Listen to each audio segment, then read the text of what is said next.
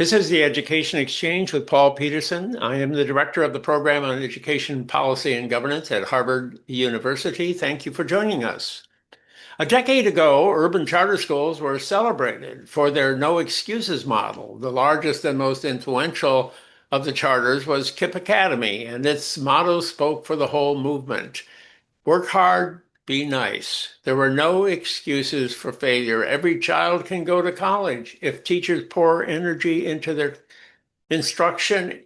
Everyone at the school encourages one another, and students pay attention and do their homework. But 10 or 15 years ago, the urban charter atmosphere changed. Low achievement was blamed on institutional racism, not on the failure to work hard. KIPP dropped its slogan. White administrators were treated with suspicion. Steve Wilson, a white founder of Ascend Learning, another successful charter network, was asked by his board to surrender his leadership position.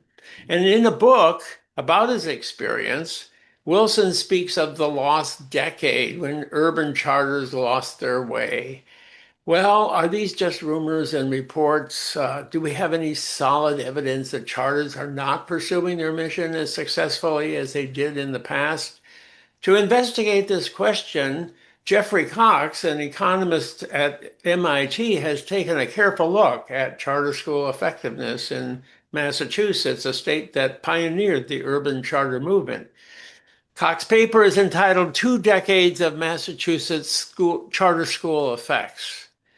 Well, I'm very pleased to have Geoffrey Kocks with me on the Education Exchange today. Thank you, Geoffrey, for joining me. Thank you for having me on the program. Well, Geoffrey, we'll get to your methodology in a minute, but can you first share with our listeners your bottom line? Has charter school effectiveness fallen since 2015 in the schools in Boston? Yes, I'm certainly happy to. So I started this project with two key research questions. The first is that we already know from a large body of literature that Massachusetts charter schools have historically boosted student test scores. But these papers only extended through cohorts of students who applied to the schools through 2014. And of course, a lot has happened both to the charter sector and the educational landscape more broadly since that time period. So the first question was, how have the effects of the state's charter schools evolved since then? And the second question is, after seeing potential changes in charter school effects, I was curious what explanations were consistent with both the declines in charter school effects and the subsequent rebounds. So my headline finding for the first question is that while charter schools did boost student test scores on average over time, these effects varied substantially across the study period. So during the earliest period, going up to about 2014, I find, consistent with the previous literature, that charter schools indeed continued to boost student test scores. So for example, on the MCAS, which is the state test that students take in Massachusetts, each year of charter enrollment increased math scores by about 0.25 standard deviations. What's a 0.25 standard deviation? I know you know what it means. I think I know what it means, but can you just put it in layman's terms? Yeah, so that's about equivalent to a 10 percentile point increase. So if you have a student that's starting at about the 50th percentile in math, for example, that would suggest that after about 1 year of charter enrollment, they'd be in the 60th percentile on the state test. Can I say it is something like a half year's worth of learning or a full year's worth of learning or anything like that? Or is Um, that a little overinterpretation of what that you can say? we don't have it in those terms in the paper. So you're not sure exactly how to put it in terms of something like so a shift of 10 percentile points or percentage points on the distribution, which is a little tricky, but it sounds like a big effect. Yeah, so we don't map that into years of learning, for example, but we map it in terms of percentile points on the state exams. All right. So do you look at any other educational outcomes besides test scores? The main outcomes that I look at are test scores, so both the MCAS scores as well as SAT scores. So I find in the first half of the 2010s, these large increases in MCAS scores, but in the second half of the decade, these indeed dropped to about zero. So for both math and English, there was no effect of the charter schools compared to the traditional public schools. Then, Oh, however, I so find it since goes from this 10% saying to zero, you're saying. So in the recent period, you find no advantage. You might as well go to your neighborhood school as to go to one of these charter schools on average. Yeah, so in the second half of the decade, there was no differential effect compared to traditional public schools. And then what I found interesting is that these effects seem to reemerge after the COVID pandemic. So when we look at students who enter in 2020 or later, there's some rebound in the effects. So But the it's math, important. I think it's important to say that you found this decline before COVID, right? It isn't like this was caused by COVID because the scores were the difference between charters and the regular public schools in Boston, that difference was narrowing in the period before COVID, not not it wasn't caused by COVID. yes, that's exactly right. So the decline in the charter school effects is a pre-COVID phenomenon. And in fact, they seem to be doing relatively better compared to the public schools since the pandemic. So the pandemic actually put an end to this decline, you're saying, and there's been a bit of a rebound. Have they gone back to where they were in the early period? So in terms of levels of student achievement, we still see that there's room for both of the sectors to grow compared to how they were doing pre-pandemic. But if we look at the causal effect of a student attending a charter school versus a traditional public school, it seems like that charter advantage has reemerged since the pandemic.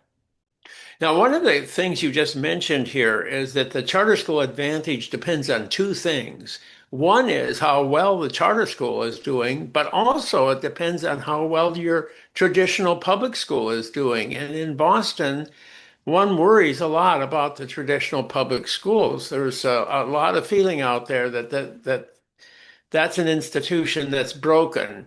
Now, do you see any signs as to whether or not the Boston public schools are actually getting quite a bit better in the latter part of the second decade?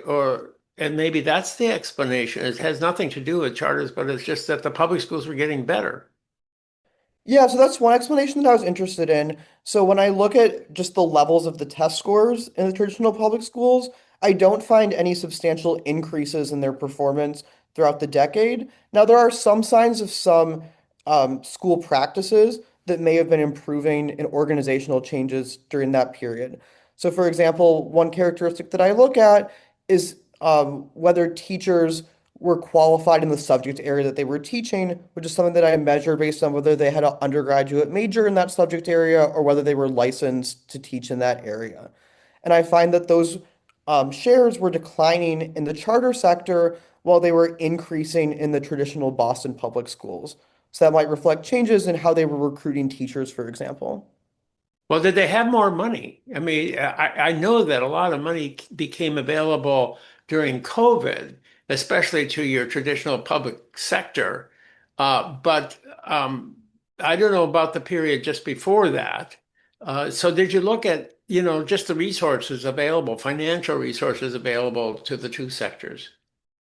So that's not something that I look at directly in this paper. I think there's been some anecdotal evidence that the traditional public schools may have been increasing their pay scales during that period, which may have made it more attractive for teachers to teach in that sector, for example.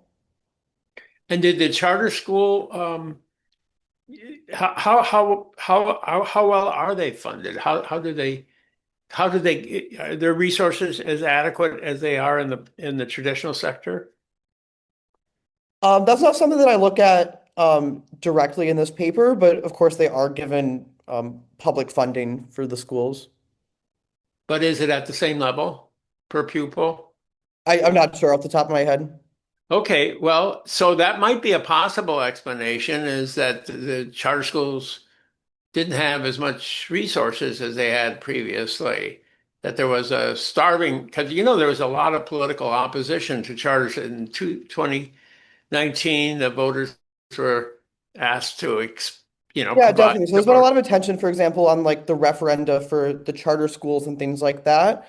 So what I do in the paper is I try to look at what are the potential explanations for the decline in the 2010s, and I pinpoint two potential explanations that coincided with the decline in charter effects. So one of those, which I alluded to earlier, is the decline in teacher qualifications. So I find that fewer teachers in the charter schools during that period majored in the subject area that they were teaching or were licensed in that area, for How example. important is that? When I've looked at that, I did study that question. Admittedly, it was in Florida, not in Massachusetts, but I couldn't see any effect of whether you were trained in a particular area or not, because, a lot of this is happening at the elementary and middle school level, and you're teaching a lot of basic material. So how important is that you have training in the field? Do we have much evidence of that that's important in the literature? Yeah, that's a great question. Well, first of all, I look at the middle schools and high schools, so not the elementary schools in this case. But second of all, the literature is a bit mixed on those effects, but it might reflect something more fundamental just about how easy it is to attract well-qualified teachers that have sterling academic credentials to fill these positions. So it might not be the credentials themselves, but rather that's reflecting how easy it is to get qualified teachers to fill the positions.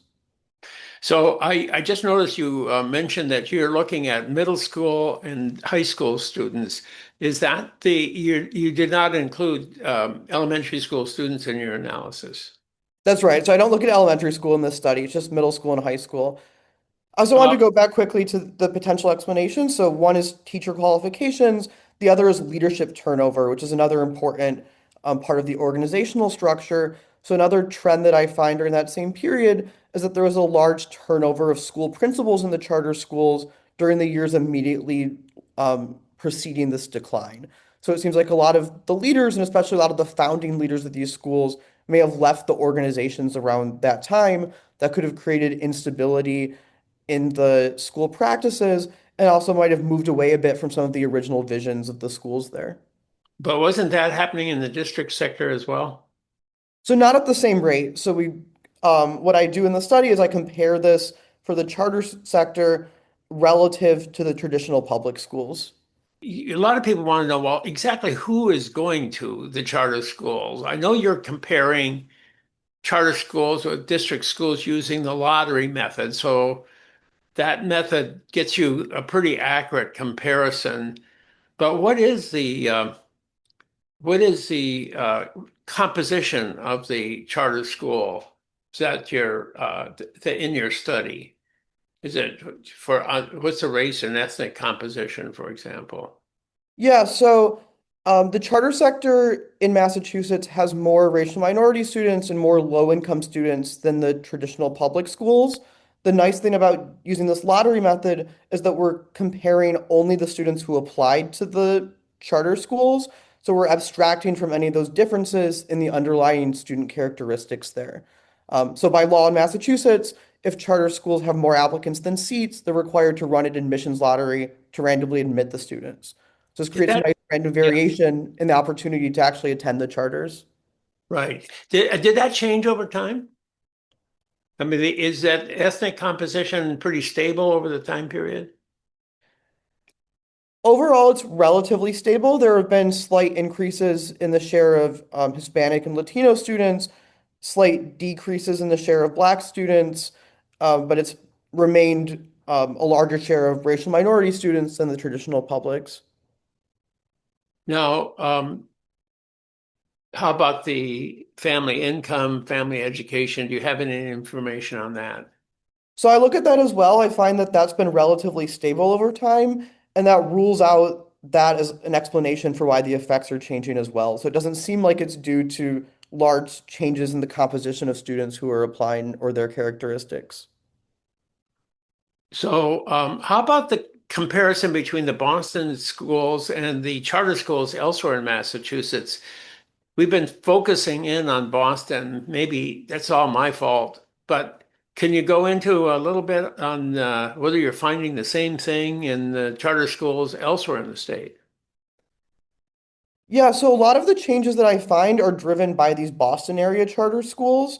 The effects for the schools outside of Boston have been relatively stable over time. So it seems like a lot of the action is taking place in Boston. So those were the schools that were performing best in 2014 and earlier.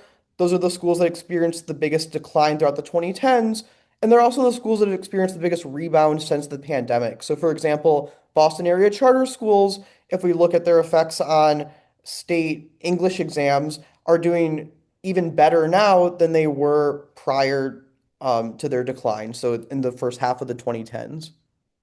So this is sort of a Boston middle school and high school story. It's not necessarily a story of all charter schools in Massachusetts. So why do you think this is not happening in the other part of Massachusetts, out in the, say, Springfield, or I'm not sure exactly where all the non-Boston charter schools are located, but they're in a variety of places, rural and suburban and some smaller cities, but you don't see it out there. So what do what do you think is the reason you see it more in one place than another?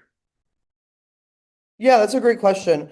So you're right, the non-Boston charter schools are sort of spread geographically across the state, some in more rural areas, some in sort of suburban areas. Some of it could be just accidents of timing. So it could be when the Boston charter schools had their leaders leave. And some of it could be Boston-specific problems in recruiting teachers. So as we mentioned, the pay scales may have changed in the Boston public schools, for example, in ways that made it differentially more attractive. There are also issues like higher cost of living that might be more specific to the Boston area, and they made it more difficult to have high staffing in these schools.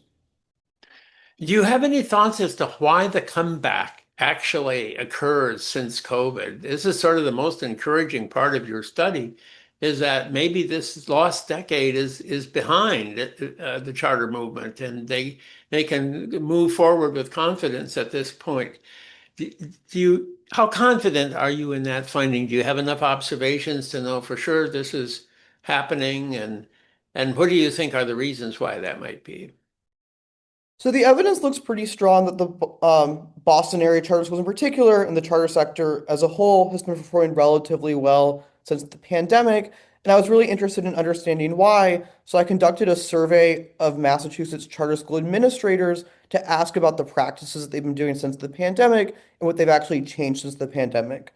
And this has been motivated by the idea that there's a rhetoric of charter schools being areas of innovation where there's more flexibility to experiment with different learning practices. And that might have resulted in an ability for them to pivot more readily than the traditional public schools did. So I got responses from 30 schools in that survey. And what I do is I correlate the school specific effects since the pandemic with what they report doing since the pandemic. And I find some evidence of particular practices that have been the most effective. So this is all correlations for this part of the study, but for example, I find that schools did better that were adopting more frequent assessments for students. So they might have been more readily able to gauge exactly how students were doing in the classrooms and respond to learning challenges after identifying those. Do you find any evidence that the schools that had fallen the most rebounded the most?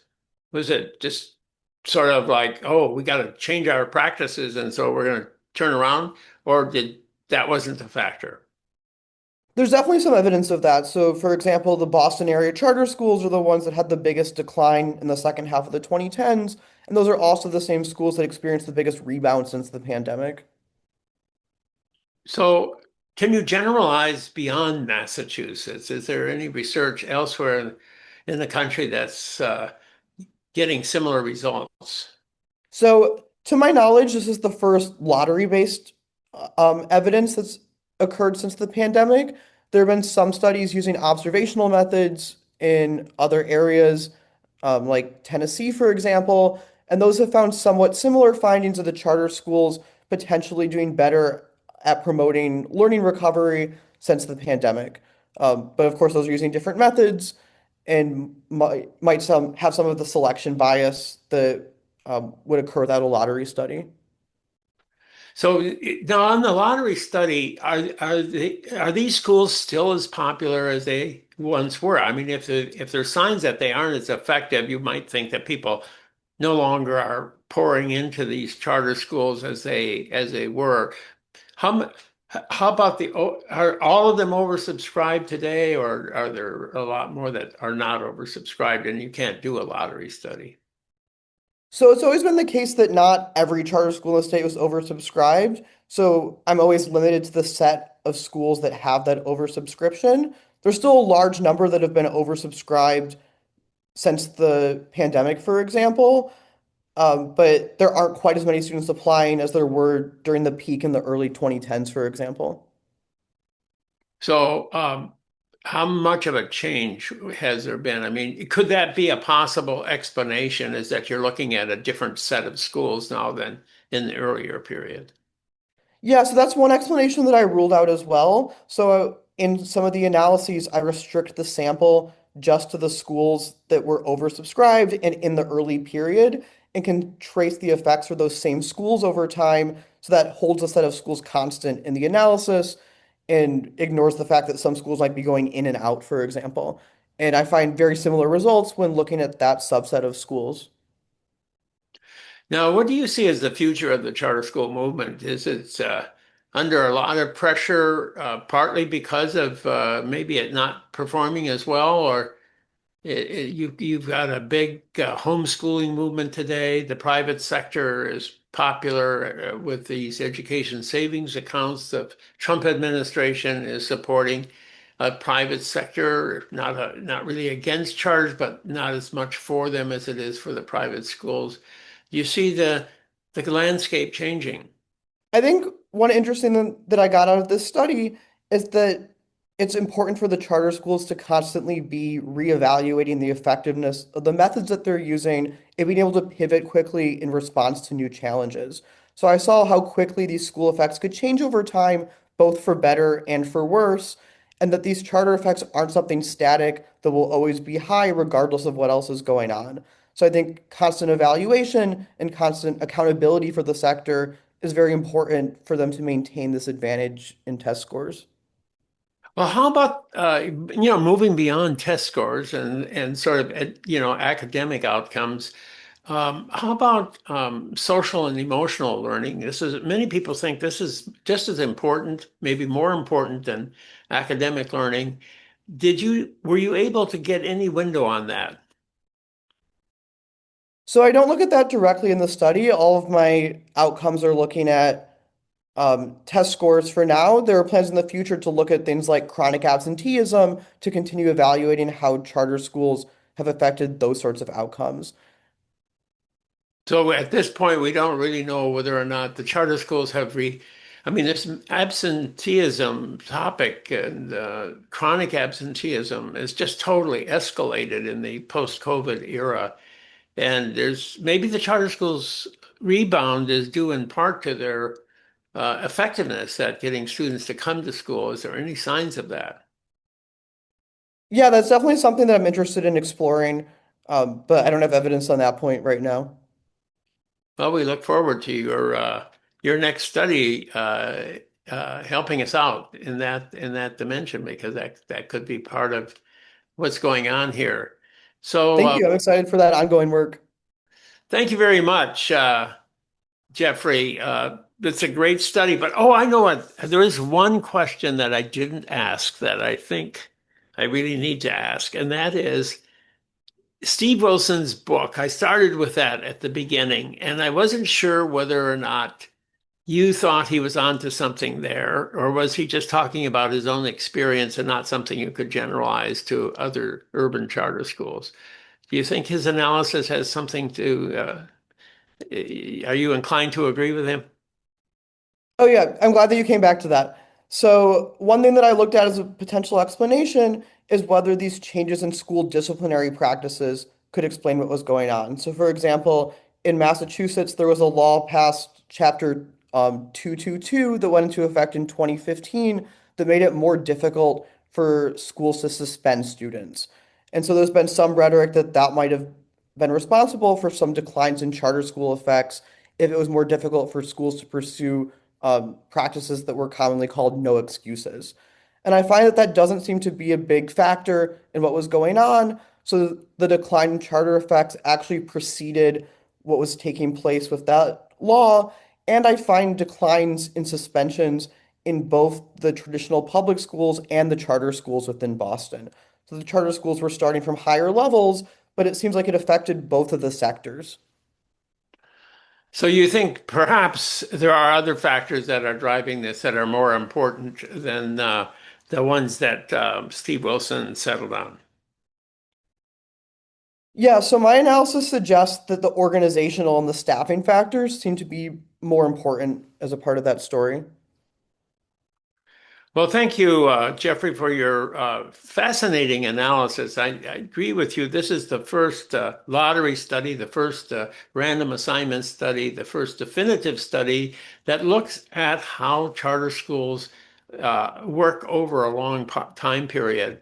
And it greatly enhances what we know about this sector. So thank you very much for joining me on the Education Exchange. Thank you for having me. I've been speaking with Geoffrey Kocks. He's an economist at MIT who has just released a new paper entitled Two Decades of Massachusetts Charter School Effects. I am Paul Peterson. This is the Education Exchange. Please join me every Monday at noon when our weekly podcast is released on the Education Next website.